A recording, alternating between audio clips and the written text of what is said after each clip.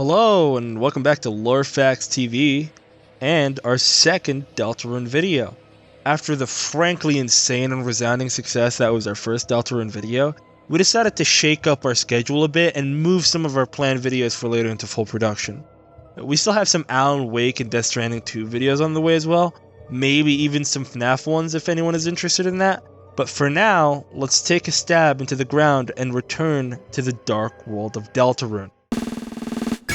Spoiler warning for Deltarune chapters 1 through 4. If you have not played any of the currently available content and are planning on doing so, press the button below to save this video to your watch later playlist and just go play the game. We'll be right here when you get back. Ready? Great, let's get into it. Today, I wanted to discuss a theory that we very briefly teased in our chapter 5 prediction, specifically one to do with deaths, and potentially previous adventures in the Dark World. In this video, we're going to talk about Des, who was potentially with her, what happened to this previous group, and what that means for the rest of Deltarune's story. All that and more, so stay tuned. Let's take it back to the beginning, where this theory began to take shape for me. When I played the first initial chapter, and even more so after my first run-through of chapter 2, I had a thought that many other fans did. Had ASRIEL been to the Dark Worlds before? While the idea felt like it had a lot of potential and there could be lots of interesting storytelling to be had from it, there was never any concrete evidence for it or anything much to go on. That is, until the release of Chapter 3, where we get one of the few songs with lyrics in the Deltarune soundtrack, Raise Up Your Bat.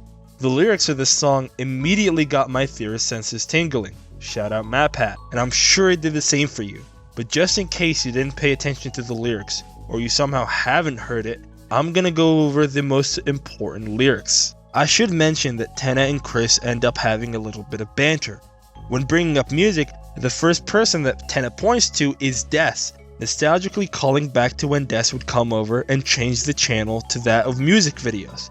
This not only sets our minds squarely on Des before we even get to hear the song, and also sadly setting up some hilarious irony that Tenna wishes Des would come back only to be killed or hurt by the night, but it also potentially hints that this rock band section of the TV world was inspired by Des and her TV habits. Rouse will mention being uncomfortable with the lyrics and actually even change them mid-song as you're playing, but for our sakes we're just gonna focus on the actual intended lyrics and not what Rouse sings.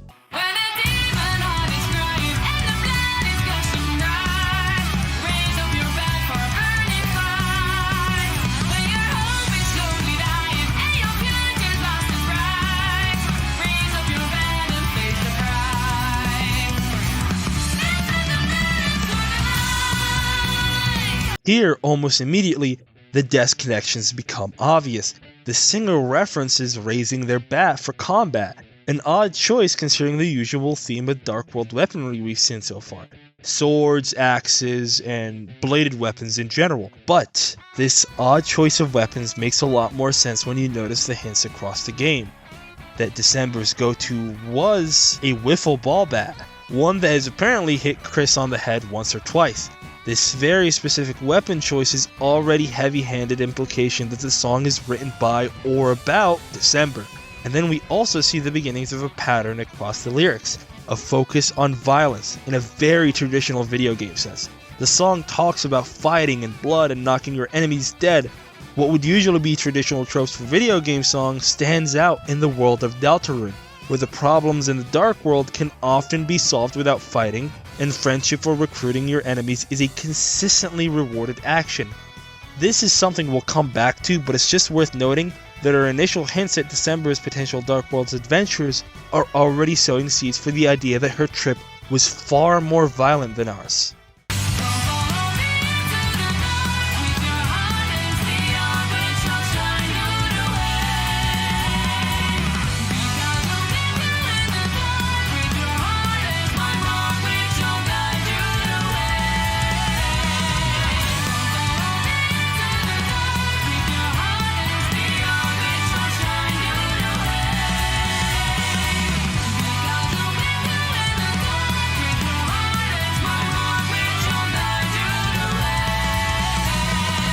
Even without lyrics, This chorus part of the song once again calls out December to anyone that truly listens. The melody of the words here follows the motif of Lost Girl, a song that Toby Fox has called Noelle's theme, and also seems to be about Des as well. The Lost Girl title referencing her obviously, and her disappearance being the largest part of Noelle's character arc so far in her life. And then the lyrics. We get the classic "I'm with you in the dark" from Don't Forget reused again, or perhaps maybe even the song was the first time it was written. At this point it's a little uncertain. We also see lyrics about someone's heart being their guide in their way through the dark. Continuously in chapter 4, we see the soul exude light and give the character some ability to continue. In the night pursue and you're taking too long. So it seems as though, just like our journey now, this previous one with Des also involved a powerful soul to help guide them through the dark worlds and even potentially seal those fountains. But let's not get ahead of ourselves just yet. If this song is actually about Dark World adventures, and has pretty clearly signposted that Des is the one responsible for writing it, then what exactly does that mean?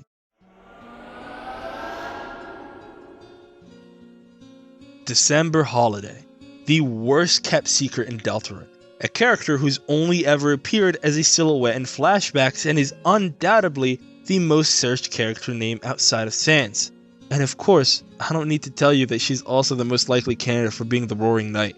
I'm a believer in this, and I think the game has given us quite a bit of evidence for it. But instead of wasting half an hour of this video explaining it, I'd rather give some kudos to some other Deltarune content creators and theorists. On screen and in the description right now, you'll find some videos discussing why Des is almost certainly the Knight in depth, if you hold issue with that assumption. Definitely check those videos out. But moving forward in this video, we're gonna assume that this is true, and this is the case. Speaking of the Roaring Knight, taking a look at some of their animation illustrates something quite interesting. Time and time again, we see what seems to be intentional parallels in the animations of Chris and the Knight. During attacks, she clearly acts, as well as mirroring a few other Chris poses. This act of mirroring Chris is also seemingly taken one step further in the secret backstage game you play to get the Shadow Mantle. In one room, we're faced with a shadow that directly mirrors the inputs we give Chris. We use this to our advantage and trick it into pressing a button before we corner and kill it. This shadow, when looked at through the dev side of the game, appears as a blacked out deer, perhaps the most blatant reference to Des outside of her literal name in the game so far. This again shows us Des mirroring Chris. This, I believe, is our first sign that these past adventures in the Dark World were more than just Des. She seems to have been exploring with her own fun gang, with her as their Chris equivalent, a party leader or a melee combatant. There is an issue though with her taking Chris's spot, a lack of a human soul. This is something we will come back to, so just keep it in mind for now. We can also get a good idea of when it is that Des disappeared, which will help us establish a decent timeline for these trips to the Dark World. In Des's room, we can find a traced drawing of a dragon. This is mostly a reference to her close relationship with ASRIEL, as we know that ASRIEL checked out the book How to Draw Dragons and it's still in Chris's house. So this drawing just shows that Des spent enough time with ASRIEL that she too was practicing drawing dragons with the book that he had checked out. But thanks to some offhanded worldly dialogue about Chris's overdue library charges, we can build a good timeline for the Des disappearance. The book, How to Draw Dragons, is 2,583 days overdue. This book was checked out by ASRIEL and was still used by Des before she went missing. So we know that Des went missing sometime between now and 2,583 days ago. Considering the fact that the book was likely never returned due to her going missing and whatever effects that had on ASRIEL, we can assume she likely went missing not long after. This puts Des's disappearance at right around 7 years ago, give or take. This will be important as we look to identify just who else might have gone to the Dark Worlds with her. The most likely suspect, in my opinion, to have been going on Dark World adventures with December is ASRIEL. Throughout the game, and especially in Chapter 4, we're hammered over the head with the evidence that ASRIEL and December had an incredibly close relationships. Arguably, with the Retainer specifically, there's even some evidence that could be interpreted as suggesting a romantic dynamic between the two. Either way though, these two were very clearly really tight. You know, they were good pals. They were together a lot and enjoyed lots of the same things, even down to hanging the same glow-in-the-dark stars above their beds. So this means that if December was taking anyone else from the light world into the dark worlds with her, ASRIEL is the most obvious and trustworthy candidate. This would also line up with a consistent theme we've seen between ASRIEL and Chris, the trope of older brother helping younger sibling with a game they've already beaten, something I'm personally pretty experienced with. But with the consistent parallels of Dragon Blazers and the Dark Worlds / the Prophecy, the idea that this trope would carry over to be applicable to the Dark Worlds as well makes perfect sense. According to Tenna's quiz, ASRIEL's favorite Smashing Fighters character was a sword magician. This seems to parallel the party role of Battle Mage and would put ASRIEL, at least in combat, as somewhat of an analog for Susie's role in the current Fun game. That's purely in battle though.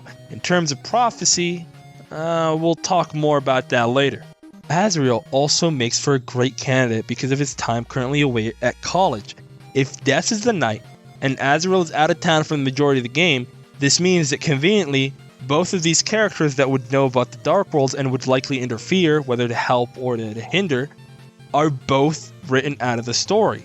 Death as the knight would obviously not help her characters, and ASRIEL being away means the story doesn't have to consistently write around him not noticing Dark Worlds reappearing. These two seem obvious, but who would be their third?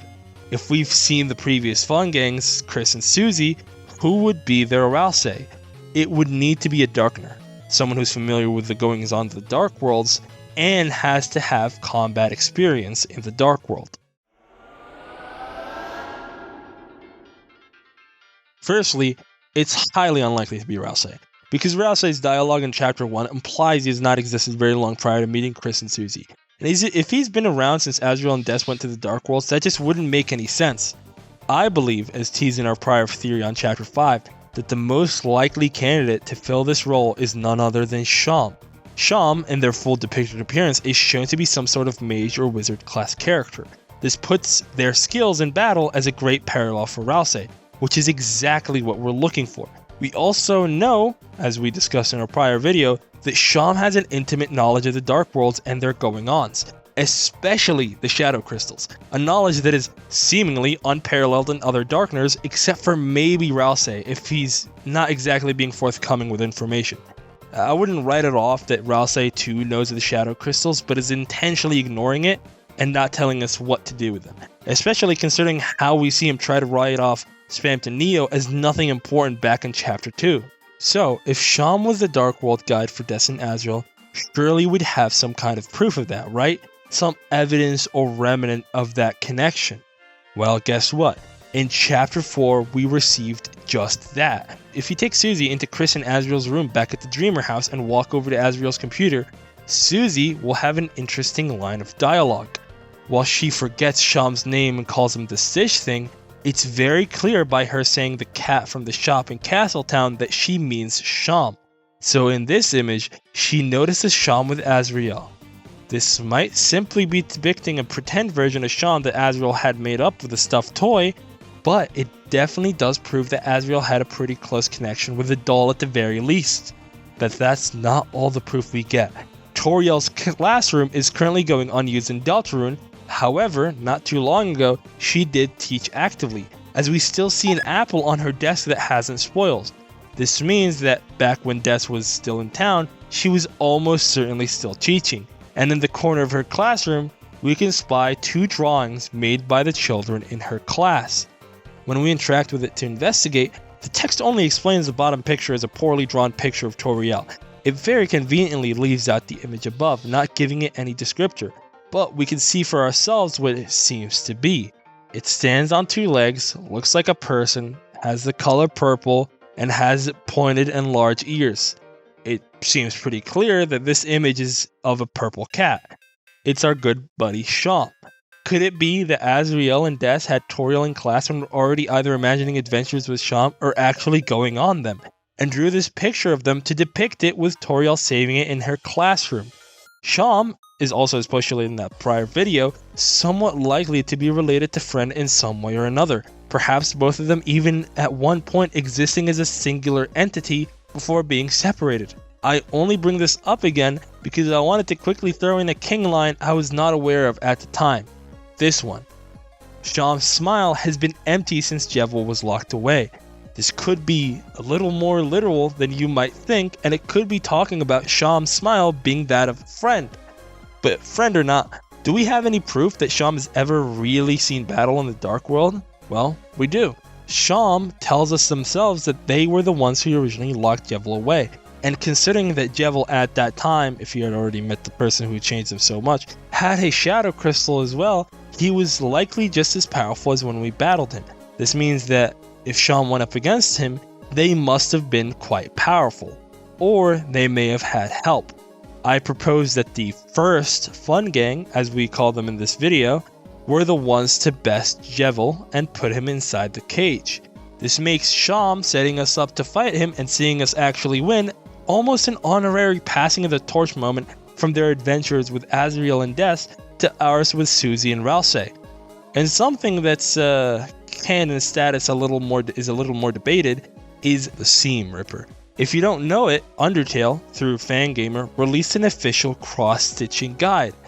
And in this cross-stitch guide, we find this, the Seam Ripper, a tool designed to allow for the easy removal of stitches. Its small curved blade cuts through the thread while its blunt or ball tip point protects your fabric, essential for ripping out a misaligned stitch if you're too far along to simply pull the threads back out. Once wielded by Sham in combat. This is the description of an item that has so far not been seen in game, but is clearly themed after Sham, and the description specifically calls out that Sham has used this in combat before.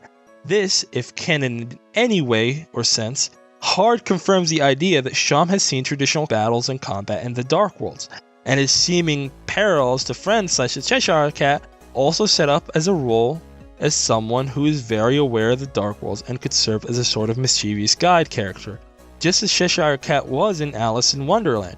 If you're curious on those connections with Friend and the Cheshire Cat, be sure to check out our Chapter 5 prediction if you haven't already. Moving on though, if these three were all the first Fun Gang, why exactly did their adventures stop? What was their role in the prophecy, if any at all? And most importantly, does this have to do with whatever caused Des to go missing?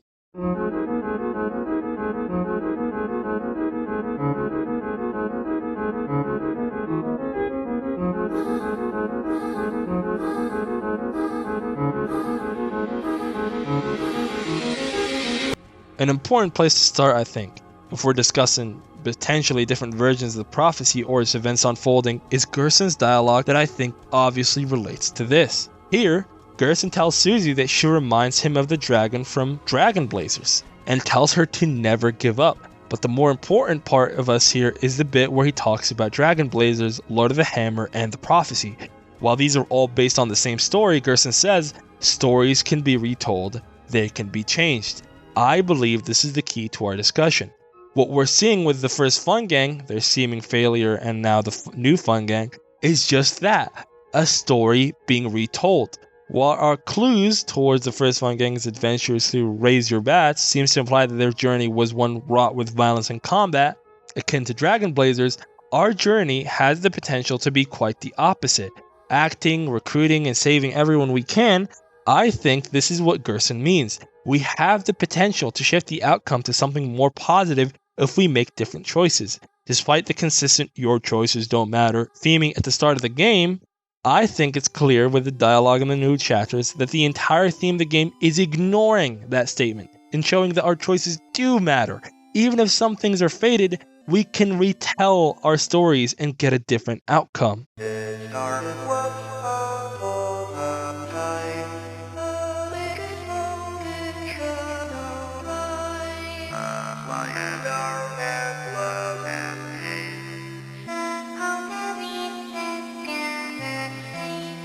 However, if this first Fun Gang really did exist and attempt to follow the prophecy, that leaves a pretty gaping problem in the roles of the prophecy that I'm sure you guys are all yelling at your screen by now. Who is the human? When we're given the prophecy by Ralsei in the very first chapter, it is very blatant about the fact that the prophecy is about a human, a monster, and a prince from the dark. But that's just it. That's when we're given the abridged prophecy version by Ralsei is when we hear this. And we know now that this was a shortened and changed version of the prophecy. What are the hero roles in the actual prophecy we see in the Chapter 4 Dark World? First off, the first hero, the cage with human soul and parts. The second hero, the girl with hope crossed on her heart. The third hero, the prince alone in deepest dark. The second hero is obvious, Des. She seems to have been very similar to Susie. It's even alluded to the idea that this is where Noelle's fondness for Susie comes from. Des's room also gives off the vibe of an edgier person, more of a rebellious one, something that Susie very much is. And we know that Susie, upon entering the Dark World, bonding with friends and learning of her potential role in the prophecy, most certainly had hope crossed on her heart. The idea that the same thing would have happened to December is not a large reach to make at all. The third hero also makes plenty of sense. ASRIEL, the prince of the underground and the son of King Asgore in Undertale. Nowhere does it say that this prince is actually a Darkener or must be one, only that he is alone in deepest dark. And this could apply to ASRIEL in so many ways. The most obvious being that once Des is lost, he is now left alone. Or it could be more in relation to ASRIEL's emotional state at the time. We don't have enough context at the moment to exactly definitively pick one, but this would make Ralsei's similarities to ASRIEL make sense. He is created quite literally to replace ASRIEL in the prophecy. And that leaves what Ralsei changed to a human. The cage with human soul and parts. Incredibly odd verbiage, isn't it? On the release of the chapter, my first assumption, along with many others, was this was worded this way so that it could potentially be interpreted as either Chris or the vessel. But the verbiage cage is just very odd to me, and it's stuck out since then. And then I remembered, when I researched this theory, that's when it just clicked for me. This word cage is potentially far more literal than we first think. If the first fun gang were also following the prophecy, and it needs to fit them too. Even before we're ever thrown in the cage in Chapter 1, we can see a bloodstain on the ground behind it. Upon investigating it, we also get the dialogue, looks like it's seen quite a few crashes. While this initially seems unimportant before you learn the use of the cage, now that we have seen that it exists to hold the soul, and has seemingly been used prior, this line has, in my opinion, huge implications.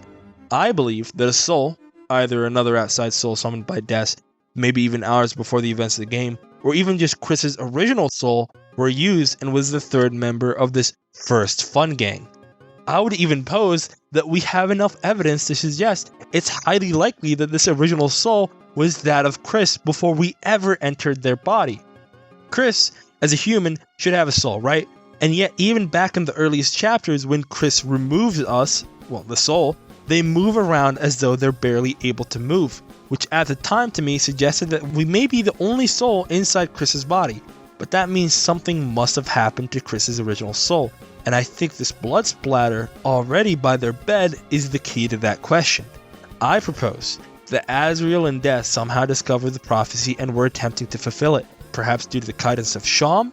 Not only would this explain Chris knowing how to take out their soul, they had seen ASRIEL do it to them or helped ASRIEL do it prior, it would also parallel the story of Undertale, reflecting the story of ASRIEL's usage of Kara's soul to leave the underground. It even explains why Des and ASRIEL probably rented How to Draw Dragons. They were attempting to create the dragon they were set to face off against in the first chapter, because they did not have Susie like we do. There are multiple instances here where it seems like ASRIEL and Des were aware of the prophecy and were attempting to force the events to happen. But the biggest nail in the coffin for Chris losing their original soul comes with the phone call they make while separated from us in Chapter 4. When Chris is without us, the person on the phone explicitly states that Chris now has no soul, ordering Chris to get us back so they can go to the Dark World. They warn without it, Chris will ... and we don't hear the end of the statement. Most people I've spoken to assume that this is because Chris wouldn't be able to shut the dark fountains without us, and I'd argue the verbiage of the sentence suggests something else. It doesn't say without soul Chris can't or without soul Chris won't.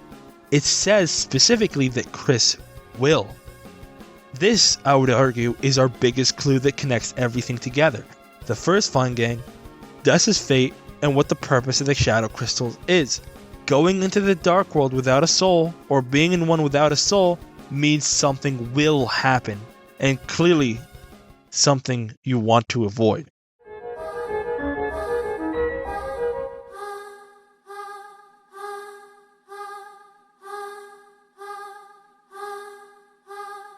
In Chapter 4, we get new menu text if we attempt to throw away a shadow crystal. It says, "It would be like throwing away someone's ... and then a bunch of question marks. Someone's what exactly? I think we might have enough information to figure this out. One of the books you find in Chapter 4 has a short story inside. And so wept the fallen star, making river with its tears. Then slowly from the bitter water something grew. It looked like glass." Specifically calling out that it's glass is a very deliberate parallel to the appearance of the shadow crystals, being entirely invisible in the dark world and only being able to see the shadow they cast, whereas in the light world they have no shadow and we can only see glass. These are our first clues into just what I believe happened to Des. The biggest question mark with the fate of Des, though, is the seemingly conflicting information at the moment. I agree with the consensus of the majority of the community here. The night is almost certainly December holiday. There's just too many signs to discount. However, there's someone else we had already pegged to December that I think most of us have forgotten about. Unused. Unused is a set of character dialogue in the game's code assigned to a character simply called Unused, in all capital letters, reminiscent of the Gaster writing style in the code, by the way. Every chapter that drops, there is more unused dialogue added, and all of it seemed to so obviously be December after becoming lost, it being dialogue from her while she sat trapped in the depths with Gaster. This dialogue seems to quite obviously be Des trapped inside the code of the game, or the depths of the dark world, and as the text has evolved every chapter, we learn more about the scratching noise that she hears. In the newest set of dialogue in Chapter 4, she says that, "When I hear that noise, I feel like someone is listening," which seems to me to imply that the scratching noise that she hears is quite literally us, digging through the files of the game, scratching below the surface. That's why she feels heard. It's the only time anyone could ever read her dialogue. But if she hears us data mining the game, this can't simply be dialogue from the past of Des, before she transformed into the night or something. It has to be current, as she is reacting to events. But if that's the case, and this voice is Des, there's no way the night is also Des, right? We also seem to get an idea of what may have trapped Des in the Dark Worlds in the first place, and some confirmation that it is seemingly to do with the bunker. To me, this right here, this part, I always did have that nightmare, walking into the darkness with the light shining from the doorway, then the door slams behind me and everything goes black. Is this that nightmare, or was everything else a dream? To me, this part right here is very clearly describing Des entering a dark world in the bunker, and then someone or something shutting the door behind her, trapping her inside the dark world. This lines up with the many examples of Chris's latent trauma about the bunker that we've seen, and the fact that the Knight seems to consider that its base of operations. And if that's the case, we know from Noelle that she and Asriel would have both been there as well on this day at the bunker. And this idea that Asriel witnessed whatever happened to Des after having Dark World adventures with her as a first fun gang can send shockwaves across his Deltarune character, in my opinion. There's also the option that we haven't really discussed so far. Is Asriel even actually at college? We know that his family and the people of Hometown were told by him that they all think he is, but that could be a lie. In all these lines of dialogue, we don't really get any concrete proof that Asriel is there. No merch for his college, no tuition costs, nothing at all. Could it be that Asriel is actually either out there studying Dark Worlds, or potentially still in the bunker Dark World, in an attempt to save Des, only stopping long enough to communicate with his family, quite infrequently as we've seen, and to continue the ruse? But lying about going to college and dedicating your life to save someone is frankly quite extreme. It's not like we've ever seen Asriel go to an extreme length to bring back a lost loved one, right? Never seen that at all. But how does this all add up together? Well, let's take all of this evidence and piece it together, seeing if we can figure out exactly what happened. Let's roll the clock back a little over 70 years ago. The Dreemers and the Holidays are neighbors and family friends. They spend time watching TV together. The adults chat about life in Hometown, and the children play games. They use their imaginations to conjure up wild adventures, with the older children taking the lead. They play games with their stuffed animals, pretending to be in dragon blazers. They sit around and watch TV, imagining themselves in the show and even sneak off to play in an abandoned classroom during school, where they'd accidentally end up leaving that stuffed animal one day, until a day that everything changed. Somehow, Azriel and Des, when hanging out together, discover the existence of the Dark Worlds. Perhaps they stumble upon the bunker. We know Des could have had the holiday part of the code, and it's likely that Azriel would be able to somehow get the police part of the code from his father Asgore. Or perhaps, somehow, through the force of their imaginations and a convenient set of circumstances, they accidentally opened a Dark World themselves. I'd imagine this is where they first met Sham, Azriel's stuffed animal given life by Dark Worlds. Together, with Sham's guidance, the trio explore the Dark Worlds together, with Azriel and Des treating it like a game. They play just like they play Dragon Blazers, battling enemies, winning, and getting stronger to get what you want, as any traditional kid would play any traditional RPG. Their adventures lead them into discovering the prophecy, which to them of course would sound super similar to the plot of Dragon Blazers. So of course, they want to win the game and fulfill the prophecy, so they set out to do exactly that. First, they needed the hero they were missing, the cage. This is when, using some sort of magic ritual we've not yet learned about, Azriel learns to separate Chris's soul from their body. Chris would be their only option, as this was the only human in Hometown. And let's consider the fact that Toby mentioned he was very hesitant to add the Light World saves in Chapter 4 because for lore reasons he only wanted saving to exist in the Dark World. Yet, when we save for the first time, we do not save over an empty slot. We save over Chris. This means that Toby was very clearly intending to imply that Chris had at least once been to the Dark World. And I think this is how Chris's soul was put into the wagon cage, and Azriel and Des would take it into the Dark Worlds, using it to seal fountains and fulfilling their role in the prophecy, and to also help Sham seal away Jevil. Once they became the prophesized heroes, they began to try and make the events of the prophecy come to pass, likely studying inspirations from the prophecy like the Deltarune Churches of Religion, Lord of the Hammer, and Dragon Blazers. They'd know their next step in becoming the heroes of the prophecy is to defeat the king and stop the dragon. So what do? They go together to the library and rent How to Draw Dragons, and hope taking the drawing into a Dark World will bring the dragon to life. This is also likely how Sham ended up in the abandoned classroom, placed in there so that he becomes the part of the Dark World they opened to battle the king. But something went wrong. During their Dark World explorations, Des and Azriel decided that they should take Noelle and Chris as well, letting them experience some of the fun adventures they'd had up until this point. They take the kids to their usual play spots out in the woods. Together, using their codes, they open the bunker. Here, they either open the bunker's Dark World, or the more likely answer, return to it or discover it. Their plan is, instead of taking Chris's soul, they'll just take Chris and Noelle together instead. They all dive into the Dark World together. But this Dark World is unlike any they've been to prior. Whether it's because of the being of a different kind of fountain or because of its occupants, this Dark World is far more dangerous. Quickly, what had been the lighthearted games of children becomes a fight for genuine survival and to protect the smaller children. In the meantime, Asgore is either A, somehow contacted by Azriel for help, or B, notices the bunker door is open and his code has been stolen. So he rushes to the bunker because he knows whatever is inside is dangerous and it's part of his job to make sure it always stays shut. Azriel and Des continue to try and escape, desperately trying to seal the Dark Fountain and run away. They just barely manage to make it. Whatever evil entities residing within this deep dark still hot in pursuit. But this time, Azriel cannot will the soul into closing the fountain. It refuses, because this time they brought Chris instead, so Chris has to do it. They hold Chris up high towards the fountain and nothing. Whether Chris just hadn't learned to control their soul, or if it was fear, or even if it was just simply that they needed more time, Chris couldn't do it. They choked. With everything on the line, Des tries something drastic. She attempts to use her own soul to seal the fountain. Even though she is a monster, she still attempts it anyway. But we know from Undertale that monster souls, even boss monsters, cannot exist outside the body for long. She manages to start to seal the fountains, nearly shutting it, but her soul shatters, breaking into pieces that fall into the depths through the fountain.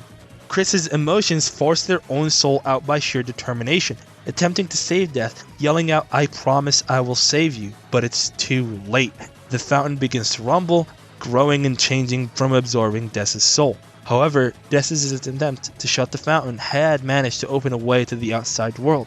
and Azriel chose to save Chris and Noelle.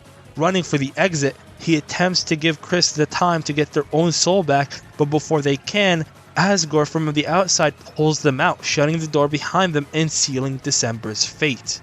December's soul shatters across time and space, just as Gaster's once did, as she too falls into his creation. Each piece becomes one of the shadow crystals, representing her duality. The glass in the light world representing her shattered soul, able to light through but not create light on its own, and the dark world version you see having no glass and only the shadow it casts, representing what happens to her soulless body.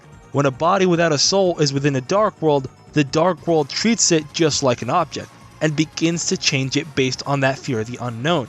As her soul was split in suffering, her body slowly changed thanks to the darkest dark world and became the night, the shadow cast by the shadow crystals, the glass being invisible, representing her lack of a soul. Outside in the light world, Azriel is overcome with the guilt at the loss of his best friend, and feels responsible, so he dedicates himself entirely to studying the dark world and attempting to find a way to save his friend, faking leaving for college after finishing school to throw himself into his work, perhaps even literally.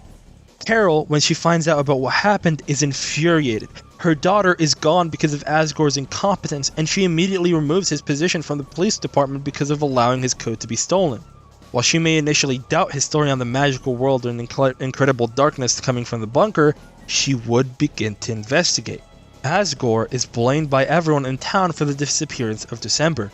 At best, it happened under his watch as a police chief, and he could have done much more. At worst, though, some questioned whether he may have even had a hand in whatever happened to her.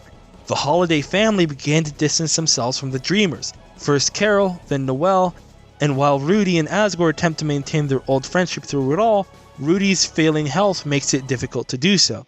Toriel then also divorces Asgore, seeing the pathetic shape he's in, and two, also blaming his incompetence for Des being gone. Chris is racked with the ramifications of this trip. They are now soulless and obsessed with fulfilling the promise they made to save December, feeling responsible for her death. We see a very clear illustration that Chris feels responsible for killing Des in the game leading up to the Shadow Mantle in Chapter 3. We go to a room with a black deer that mirrors our movements until we trick it into a corner and kill it. They dive into research and become obsessed with magic and rituals, eventually leading to the rituals to summon a demon. This ritual, when they go through with it, is how they break into the Gunnermaker sequence and switching the font to theirs instead of Gaster's and pulling us into their body rather than the vessels. This was under the orders of Carol Holiday. Carol had in the meantime, since Des's disappearance, gone to the bunker to investigate. She found her daughter in her soulless transformed state and has formulated some plan to save her. This plan could be fulfilling the prophecy and saving December at a great cost. The Roaring.